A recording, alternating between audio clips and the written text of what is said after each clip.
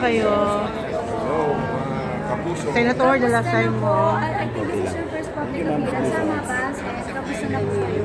Well, after 2 months and 2 weeks, ito nakakalakad tayo. No? Salamat sa aking mga doktor, sa aking mga napakabilis na recovery. Actually, marami nagpupulat kung bakit nakakalakad na ako. Parang hindi na operahan. Akala parang ordinaryong pilay lang. Pero talagang putol ang aking Achilles tendon. But siyempre, sa awa ng Diyos, no, papasalamat ako sa mga nagdasal. At least ay, eto, pwede na magsayaw ulit ng Ay, wag muna! Wag muna! Wag muna! Kayo po, ano? Ma'am, anong reaction nyo nung nalaman nyo yung aksidente nga po kayo? Well, syempre, ano yan eh, malungkot, dobleng lungkot. Kasi maraming mga bagay na pinaghahandaan siya. I wanted to do a film na dapat sana maging entry pang Metro Manila Film Fest. So alam ko yung pakiramdam niya. Plus yung recovery period, yung operasyon, nandyan yung mga agam-agam, nandyan yung worry, yung pag-aalala. Pero sa awa ng Diyos, mahusay ang mga doktor, maraming nananalangin. Ayan, 2.5 weeks naglalakad na wala ng boot. 2 months. 2 months and 2 weeks. Yes. 2 months and 2 weeks. Ready to rumble. Babalik ko ba kayo? Shell na ko ba yung movie?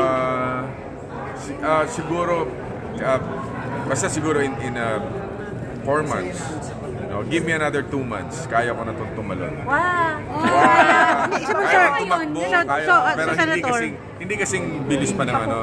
Ang total healing talaga is 1 year. Okay, right. Pero sa bilis ng recovery ko, because of the technology nowadays, iba na talaga. Mas mabilis siya.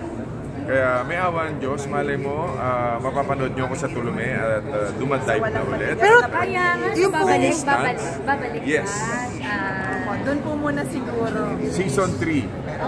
Wala matigas, abangan nyo. Pero yung pong movie, yung ano mo, action scene. Kaya ko yan. Dahan-dahan. sa yung pong movie, tuloy pa din? Or wag muna? Hold muna? After, siguro for next year na, hindi ko na kakayanin ang ano. Siyempre, pagka pelikula, iba kasi yun mas intense yung action. Although, siyempre, yung mga ginagawa ko, even though for television, intense din yung action. Pero marami tayong magagawa paraan para magawa yung ano. Pero importante, mapasaya natin yung mga viewers. But nag-therapy ka ba? Nag-therapy ba rin? Yes, almost every day, therapy ako. Kaya mabilis yung recovery. Kasi araw-araw. Siguro rin, may kinalaman din ba with your lifestyle? Life. Disiplina talaga. Mind over matter.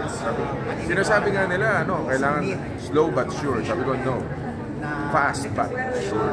Totoo yun, totoo. Diba? Kasi it's all in the mind. It's all in the mind. Pagka binaby ko yan, mahirapan ako makarecover ng ganong kapatid. Mag-action pa rin daw po kayo pero magdo-double na daw po.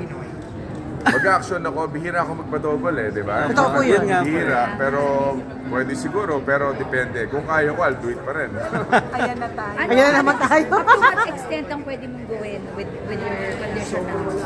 Titingnan natin yan 2 buwan. Kasi in 2 months time, siguro yung mga action scenes, i-delay ko muna. Yung mga dialogue, yung mga comedy, pwede na i-shoot yun the next 3 weeks. Pero yung mga action scenes, yun ang i-delay ko. Para nasa kondisyon si Tulume. Sayang naman po yung MMFF kung sakaling dapat matutuloy because of... Sayang yung MMFF, dapat meron ako alias Bogey Core. No? Pero nga, The last bullet, sayang. Pero, di ba, next year, papapanood nyo ako yan. Health is wealth. Importante yung kalusugan. Salamat. Pwede ko kayo picturean lang po. Yes.